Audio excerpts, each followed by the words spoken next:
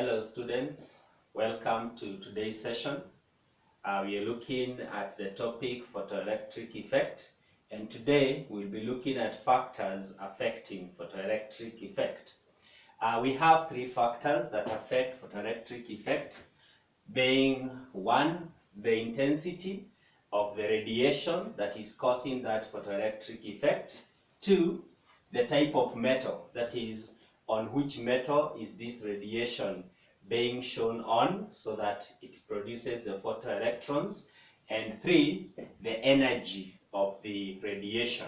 Let's go straight to the first factor, which is intensity of the radiation. Intensity of radiation. And the first thing, we'll first ask ourselves, what is intensity? This is not the first time we're coming across this term, intensity. We looked at it in X-rays, where we found intensity is simply the quantity or the amount of this radiation. And as a definition, intensity is the rate of energy flow,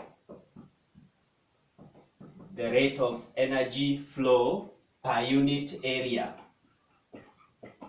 When the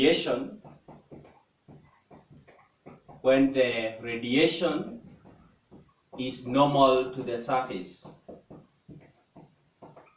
When the radiation is normal to the surface, that is the metal surface in that case, to the metal surface. So in this case, we are asking ourselves, in 1 second, if this is the metal surface, in 1 second, what is the energy that is falling on this area? That is the rate of energy flow. Then that area should be 1 square meter. That is 1 meter by 1 meter. So that is simply the intensity, the rate of energy flow per unit area on the surface. And mathematically, then we'll talk of intensity being equal to, we are talking of rate of energy flow. So energy is also the work done. Therefore, we'll have it as work done. We are talking of rate of energy. Therefore, we divide that by time. Per unit area. Therefore, you also divide that by area. And therefore, intensity is given by the work done, the energy, divided by the area times time. Time times area, area times time. But remember as well, energy over area, that is work done, divided by the time taken to do that work, is power. That is work over time equals to power. And therefore, we can also denote intensity as power over area. That is the rate at which energy is falling on a metal plate per unit area. The next thing we need to ask ourselves is, how do we vary intensity? How do we vary intensity? If we have a metal plate, this is a metal plate, and this is the source of radiation. Source of radiation. Then, when we consider this distance, let's call that distance r. If we bring the source of radiation too close to the metal surface so that we reduce the distance r, when the source of radiation is too close, then the intensity increases. When we increase this separation distance, that is the distance from the metal plate to the source of radiation, let's say, for example, in this case, we take that distance to be R1 or R2. This is the source. Then it means the intensity caused by this radiation will be greater than the intensity caused by that radiation. So when we increase the distance between the source of radiation and the metal surface, the intensity decreases. When we reduce that distance, the intensity increases. Therefore, it can be shown that intensity is actually inversely proportional to the square of that distance. Intensity is inversely proportional to the square, not actually the direct distance r, but the square of that distance. That's when it will give us a straight line. That means, for example, if we were to plot a graph of intensity against r, it would give us a curve that is increasing as the not really like that, but it will be curving that way, so that in this case, as the distance r is small, the intensity will be very high. But when we take I against r, then that is against 1 over r squared, then it will give us a straight line. That means that the intensity is inversely proportional to the square of that separation distance. Finally, we ask ourselves now, how does this intensity affect the radiation? How does the intensity affect not the radiation, but the photoelectric effect? I have a very simple circuit here where we have two metal plates, metal plate C and metal plate A.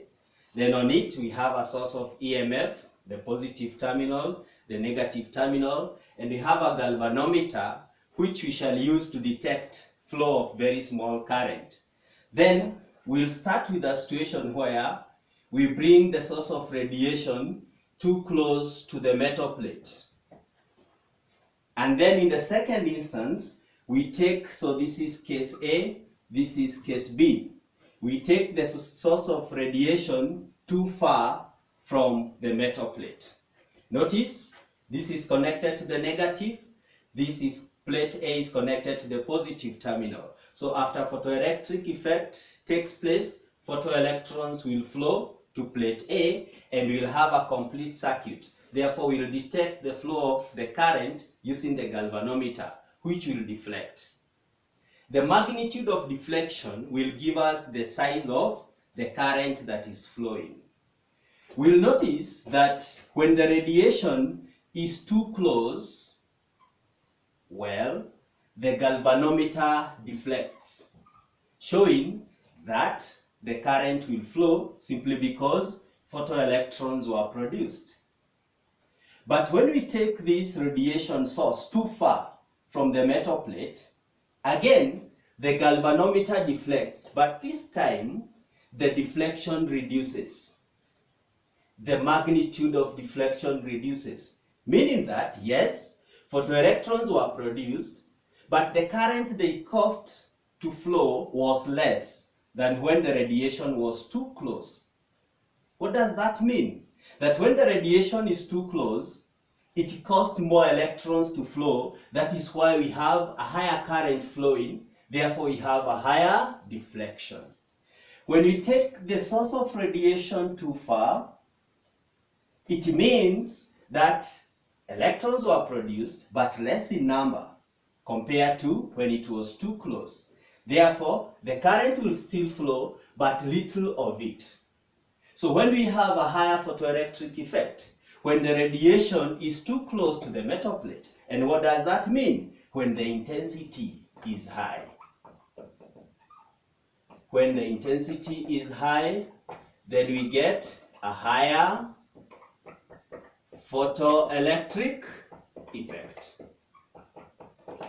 When the intensity is low, then we get a low photoelectric effect.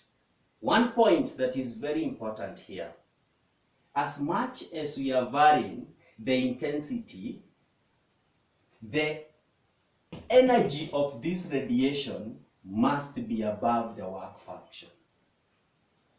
The frequency of this radiation must be above the threshold frequency. If this radiation has a frequency that is lower than the threshold frequency, however much we would increase the intensity, photoelectric effect will not take place. Therefore, the intensity will only affect when it is the intensity of a radiation which is already above the work function, or whose frequency is above the threshold frequency. So, in short, the intensity of a radiation affects photoelectric effect. How? The photoelectric effect is directly proportional to the intensity of the radiation. Let's look at the second factor, which is the type of a metal, or the type of metal. And here, just to mention, we found that various metals have different work functions.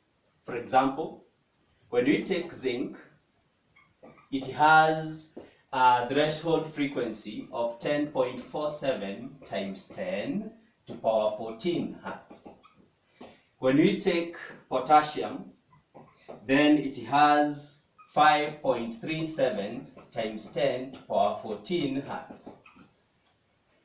So it means that the work function of zinc is greater than the work function of potassium.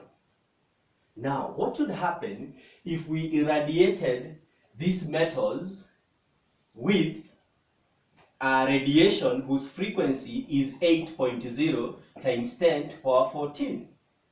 Note that this frequency would be above potassium.